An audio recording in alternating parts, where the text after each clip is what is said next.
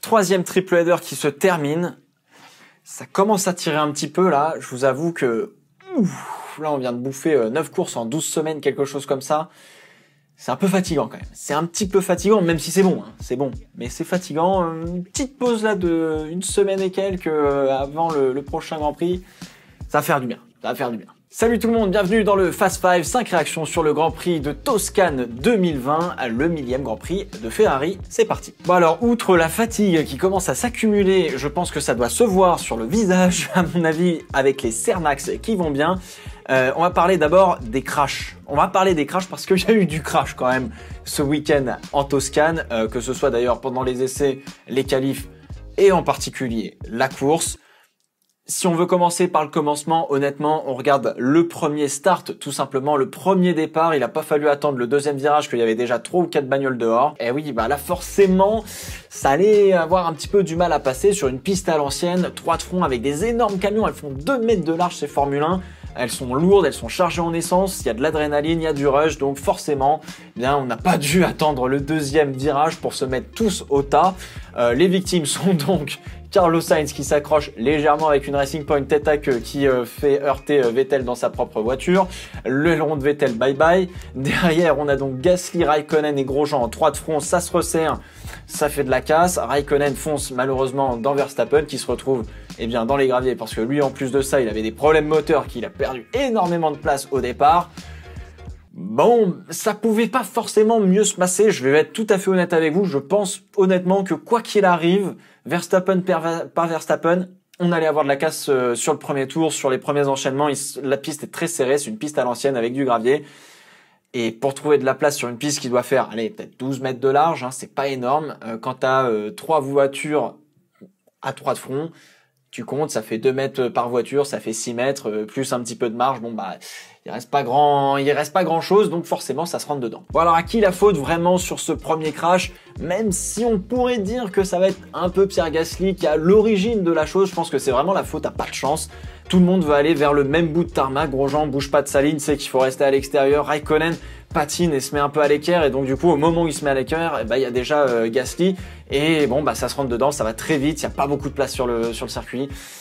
C'est la faute à pas de chance. Bon, alors, si on parle des crashs, c'est aussi parce que c'est un petit peu dû au circuit. Et oui, il faut un peu le reconnaître. Le circuit a quand même pas mal joué puisqu'il y a des bacs à gravier partout. Il n'y a pas d'asphalte, il y a surtout de l'herbe. C'est beau parce que au final, il y a eu pas mal de sorties. Il y a eu Norris en essai libre, il y a eu Ocon en qualif, et puis après derrière en course, il y a eu aussi un peu du monde, notamment je pense à Stroll par exemple, ou le premier crash.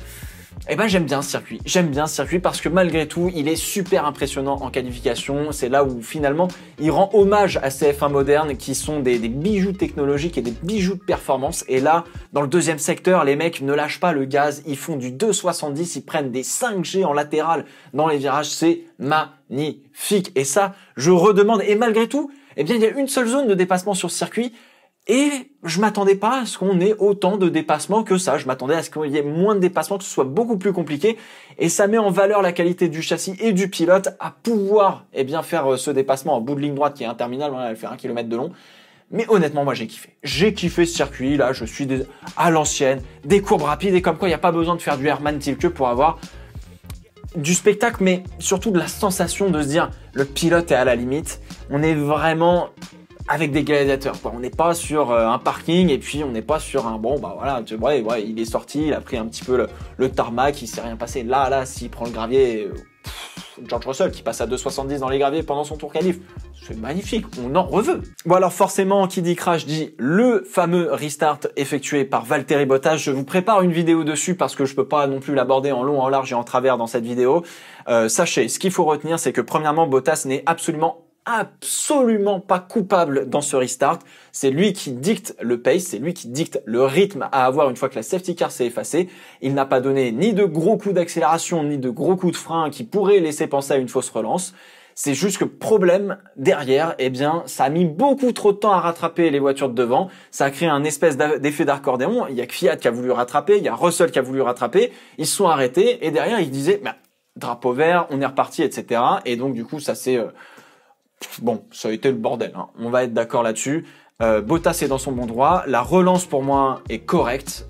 On a déjà eu droit à ce genre de relance et c'était avec Verstappen l'année dernière au Brésil ou avec Lewis Hamilton, je sais plus quand, peut-être l'année dernière aussi au Brésil, mais je me rappelle plus. Il a fait une relance un peu similaire où on a attendu longtemps et on a attendu la ligne de départ arrivée. Là, clairement, oui, il fallait qu'il attende la ligne de départ arrivée. Sinon, s'il s'est lancé dès la fin du dernier virage, il se faisait passer par au moins 2 voire 3 voitures rien qu'à l'aspiration avant le premier freinage.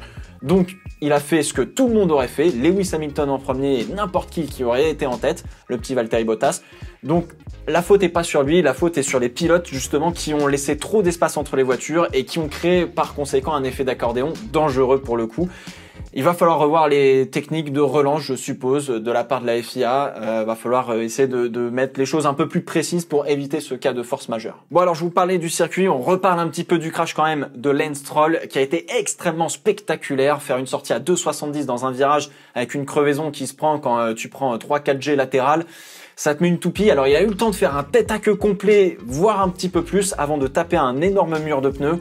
Le crash est spectaculaire parce qu'il est grand en fait. Il y a un énorme bac à gravier. Heureusement qu'il y a un énorme bac à gravier et heureusement qu'il y a un mur de pneus qui fait 5 rangées de pneus. Généralement on en met 2 voire 3 max. Là il y en a 5. Quand vous voyez le crash, effectivement le mur de pneus se plie totalement. Il absorbe énormément d'énergie. Je pense qu'il a été pas mal ralenti par les graviers, mine de rien, et donc il tape peut-être moins violemment que Charles Leclerc à la parabolique où là effectivement il a tapé très vite parce qu'il a pas eu le temps de ralentir. Donc au final très spectaculaire, il ressort de là sans trop de problèmes, un peu essoufflé, c'est normal, je souhaite à personne de se retrouver dans ce genre de conditions évidemment, mais ça a été spectaculaire et encore une fois le bac à gravier, l'herbe qui permet justement de sanctionner directement le pilote, bon là c'est pas trop sa faute, bah ça rajoute quand même ce waouh, c'est ça la Formule 1, c'est ça le sport auto, c'est le goût du risque et il faut en avoir. Voilà, ça veut pas dire qu'on veut mettre les pilotes en danger, c'est juste qu'il faut avoir le goût du risque. C'est comme ça, c'est des gladiateurs, ce sont des personnes exceptionnelles qui sont prêts à prendre ce genre de risque. Puis bravo à la sécurité comme d'habitude, de voir un pilote sortir de ça, de ce crash par ses propres moyens, un peu sonné certes et qui va très très bien derrière. Ça fait plaisir. Bon allez, deuxième réaction. Oui, ce n'était que la première réaction, mesdames et messieurs, mais fallait couvrir en long, en large et en travers ce nouveau circuit du Mugello au calendrier de la Formule 1. Nouveau circuit par son apparition au calendrier, pas nouveau circuit parce que c'est un circuit à l'ancienne. Bref, on referme ça. On va parler de Valtteri Bottas. Oh oui, Valtteri, enfin. Je vous l'avais dit, que s'il continuait à piloter comme il le faisait et avec son attitude, il ne serait jamais champion du monde. Qu'est-ce qu'on a eu? Alors, je sais pas s'il regarde le Fast Five, je pense pas, hein, parce que sinon il comprendrait le français, alors là, bravo. Mais honnêtement, ça fait plaisir, punaise. Oh, ça fait plaisir parce que il a changé d'attitude, il a changé de technique, il a fait un switch d'attitude dans son cerveau qui fait que là, il n'était plus passif, il était actif. Il était dans l'attaque, il était en mode conquérant. Alors oui, le résultat est le même. Oui, il finit derrière Lewis Hamilton, mais il a été devant pendant les essais libres. Il a titillé, alors gentiment, hein, très gentiment, hein, ça n'a pas trop inquiété Lewis Hamilton. Mais enfin, il est un petit peu allé le titiller pour essayer de le pousser un petit peu, Lewis Hamilton, parce que ça fait très longtemps qu'on n'a pas vu un Lewis Hamilton se faire autant titiller par son coéquipier. Donc, oui, c'est le premier pas. Alors, la route, elle est longue. Il n'a pas le même talent, on est d'accord. Mais il a une attitude, sur ce week-end, j'espère que ça va continuer, mais il a une attitude de vainqueur. Il a une attitude d'un gars qui a envie de gagner, qui a envie de performer. Et ça se voit rien qu'avec la petite radio qu'il nous a fait. Pour le prochain arrêt, vous me mettez les pneus opposés de ceux de Lewis. Je veux tenter, quoi qu'il arrive, je veux tout tenter pour aller le chercher. Et alors, rectification, parce que j'ai dit dans le dernier tour qu'il avait tout lâché et que c'était finalement pas cette attitude-là qu'il fallait avoir. Je me rectifie, effectivement, dans le dernier tour, il arrive au premier virage, il tire tout droit, il manque de se retrouver dans le bac à gravier, ce qui explique l'écart monumental qui s'est créé sur le dernier tour. Il a tout tenté jusqu'au bout pour le coup. Bravo Valtteri, c'est comme ça qu'il faut aborder la chose. Maintenant, il y a énormément de travail pour aller chercher Lewis Hamilton. Est-ce qu'il en sera capable? Bah ça, ce sera une autre histoire, hein, clairement. Mais en tout cas, ça y est, on commence à voir les fondations, les bases de ce qu'il faut avoir pour pouvoir commencer à aller attaquer Lewis Hamilton. Avant, il ne pouvait pas l'attaquer. Là, voilà. Et j'ai presque envie de croire finalement, tu vois, que Lewis Hamilton sur cette course, effectivement, il a été un petit peu titillé. Pas énormément, mais un petit peu. Et ça, juste ça, ça fait plaisir. Donc, bravo Valtteri. Affaire à suivre. Troisième réaction, évidemment, on va parler de la troisième place qui s'est arrachée entre Daniel Ricciardo et Alex Albon. Oui, Alex Albon. Yes, je suis vraiment content pour lui. Je suis, malgré tout ce qu'on a pu lui dire, etc. Je suis vraiment content pour lui parce que là, enfin, il va sortir un petit peu la tête de l'eau. J'espère que ça va être un déclic. Mais il a fait une course monumentale. Il a fait une course monumentale. Certes, le premier restart, il se fait complètement avoir, il se fait dépasser par 3 ou 4 voitures, il se retrouve P7 alors qu'il était P4. Et derrière, il a fait les dépassements qu'il fallait faire. Il a mis un XT à Pérez là dans le virage 2, je crois, ou le virage peut-être 2, 3, 4, 4, 5. Magnifique. Derrière, il est allé chercher Daniel Ricciardo au frein par l'extérieur dans le premier virage. Il a tenté justement d'allonger un petit peu sa stratégie avec les médiums pour passer les médiums un peu plus tard dans la course. Non, franchement, l'équipe a fait le bon boulot. Alors bon, il n'y avait plus qu'une voiture, donc c'était peut-être un peu plus simple. Il a fait le bon boulot. Il a sorti du vrai beau pilotage. Il a joué des circonstances de course finalement. Et il a réussi à choper son premier podium. Il le méritait depuis un bon moment. Et là, c'est pas juste des circonstances de course, il est allé chercher son podium, ça fait plaisir. A contrario, oui, ça fait mal de voir Ricciardo qui était sur le podium avant le dernier drapeau rouge, etc. Oui, c'est relou, mais la Renault est pas au niveau de la Red Bull, même de la deuxième Red Bull, parce que c'est pas la même que la première, mais ça se rapproche. Franchement, ça se rapproche. J'espère du fond du cœur que Renault, que ce soit Ocon ou Ricciardo, nous fasse un podium avant la nouvelle ère Alpine qui arrivera dès 2021, parce que là, il y avait tout qui était aligné pour Renault. Tout a été parfait dans les stratégies. Ils ont fait un undercut, ça a fonctionné du tonnerre. Il manque un chouïa de perf. Il manque juste un chouïa de perf. Ils ont presque tout. On les attendait pas au Mugello, on les attendait à Monza. Bon, bah finalement, c'est la bonne surprise. Il manque un chouïa de perf. Ça peut se retrouver sur le podium. Bravo. Bon, alors, quatrième réaction et grosse déception, du coup. Ouais, bah, là, j'ai le cœur vraiment brisé.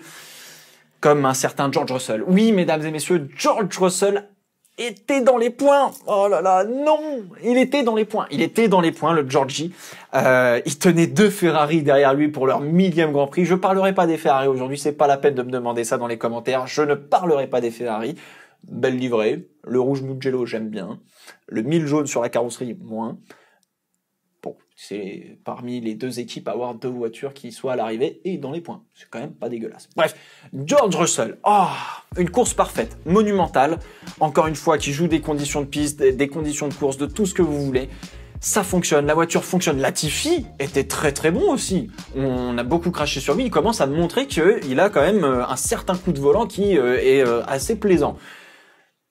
Le dernier drapeau rouge casse complètement la strate de George Russell qui arrivait à tenir les Ferrari. Il se retrouve avec un Raikkonen qui fait un départ canon sur le 3e départ. Et du coup, il se retrouve derrière les Ferrari. Il a tout tenté, tout tenté. Il a sorti son meilleur pilotage. La voiture n'a pas voulu. Elle n'a pas dépassé les lois de la physique pour aller chercher la Ferrari, malheureusement. C'est 1 ou 2 petits points qui s'envolent et qui auraient pu faire beaucoup de bien d'ailleurs à Williams. Ah, ça fait mal. Non, ça fait mal parce qu'il les mérite, ces points, depuis très longtemps. Il met un 30-0 en qualif à ses coéquipiers depuis qu'il arrive en Formule 1.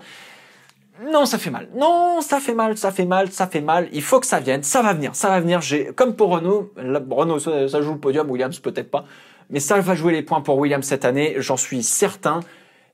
Il y a d'autres occasions. La saison, je vais dire, elle est pas encore longue, mais on n'en est qu'à la moitié. Il y a encore quelques Grands Prix. On peut tirer son épingle du jeu. Il faut sortir ces petits points de Georgie.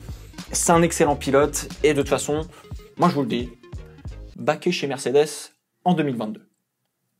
Bon, prenez pas ça trop au sérieux non plus. Je suis 0 en termes de prédiction, donc bon, je le dis, mais c'est pour la postérité. On ne parlera pas de Ferrari aujourd'hui. On parlera bien évidemment de la 5e réaction. La 5e réaction, c'est les départs arrêtés après un drapeau rouge. Mais qu'est-ce qu'elle est pas magnifique cette règle, mesdames et messieurs? Est-ce qu'elle est pas magnifique? Vraiment? Est-ce que on n'est pas dans l'appréciation totale? Est-ce que c'est pas appréciable d'avoir un départ arrêté après un drapeau rouge? C'est magnifique. Cette règle a été instaurée il y a 2-3 ans, je crois, à peu près, pour créer un peu plus de spectacle, plutôt que d'avoir des relances sous safety car où elles sont moins propices, justement, à avoir des dépassements. Bon, là, c'est pas le super exemple, hein, parce que les relances sous safety car, comme on a vu, ça c'est mal terminé. Mais, effectivement, les relances sous safety car, généralement, sont moins propices à de l'action en piste. On a eu 3 départs arrêtés dimanche. Magnifique. magnifique. Tout le monde a rejoué sa carte, etc. Certains ont perdu des places, d'autres en ont gagné. Ça crée du spectacle sans pour autant dénaturer la Formule 1. J'ai beaucoup apprécié. Le seul petit truc qui me gêne, c'est que effectivement, ça rend le départ de la course, le vrai départ, peut-être un petit peu moins savoureux puisqu'on en fait 2 autres derrière. Bon, mais honnêtement, Bottas qui prend un premier départ incroyable et finalement c'est Hamilton qui prend les 2 départs suivants magnifiquement bien. Non, franchement, je suis content. Je suis content de cette règle. C'est bon pour tout le monde. C'est bon pour le sport. C'est bon pour les spectateurs. C'est bon pour redistribuer un petit peu des cartes dans tous les sens. Ricciardo s'est retrouvé 2e du Grand Prix à un moment donné devant Bottas. Oui. Ça, c'est beau. Ça, j'aime. J'en demande encore plus. Donc, encore une fois, alors la règle, pour ceux qui savent pas, la règle, c'est dès qu'il y a un drapeau rouge, si les conditions de piste le permettent, donc par exemple s'il pleut pas à torrent ouvert et qu'on dit non, bah ça va être trop dangereux de faire un départ arrêté, si généralement la piste est sèche et qu'elle est dégagée, eh bien on fera quoi qu'il arrive après un drapeau rouge, un départ arrêté, sauf contre-indication de la direction de course si elle juge que les conditions de piste ne sont pas réunies pour en faire un. Normalement, à chaque fois qu'il y aura un drapeau rouge, on se prendra un départ arrêté et ça, j'adore. Vous me direz dans les commentaires, mais moi, j'adore. Bon, forcément, on termine avec un petit bonus. Bah oui. Oui. Vous savez forcément de qui je vais parler.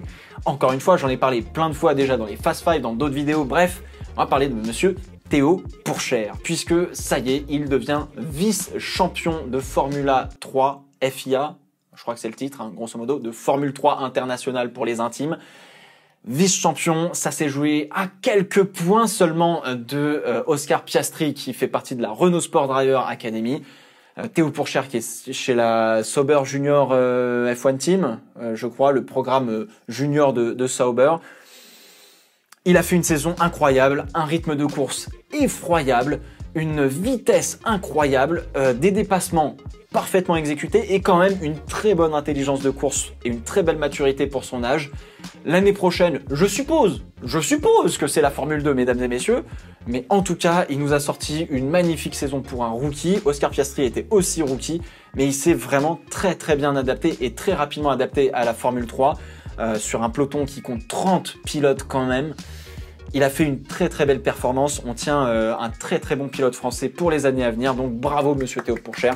C'était absolument jouissif de regarder la Formule 3 FIA cette année. Je vous ferai une vidéo justement pour le bilan de cette saison 2020, de ces 9 meetings de Formule 3, parce que, eh bien, franchement, moi je me suis régalé sur toutes les courses de Formule 3 et ça c'est génial. Voilà, c'est ainsi que s'achève ce Fast Five. Évidemment, n'hésitez pas à me donner vos réactions dans les commentaires de cette vidéo. On se retrouve dans 2 semaines. Et oui, 2 semaines, ce sera le Grand Prix de Sochi où ça sera peut-être un peu plus compliqué de trouver 5 réactions à ce Grand Prix.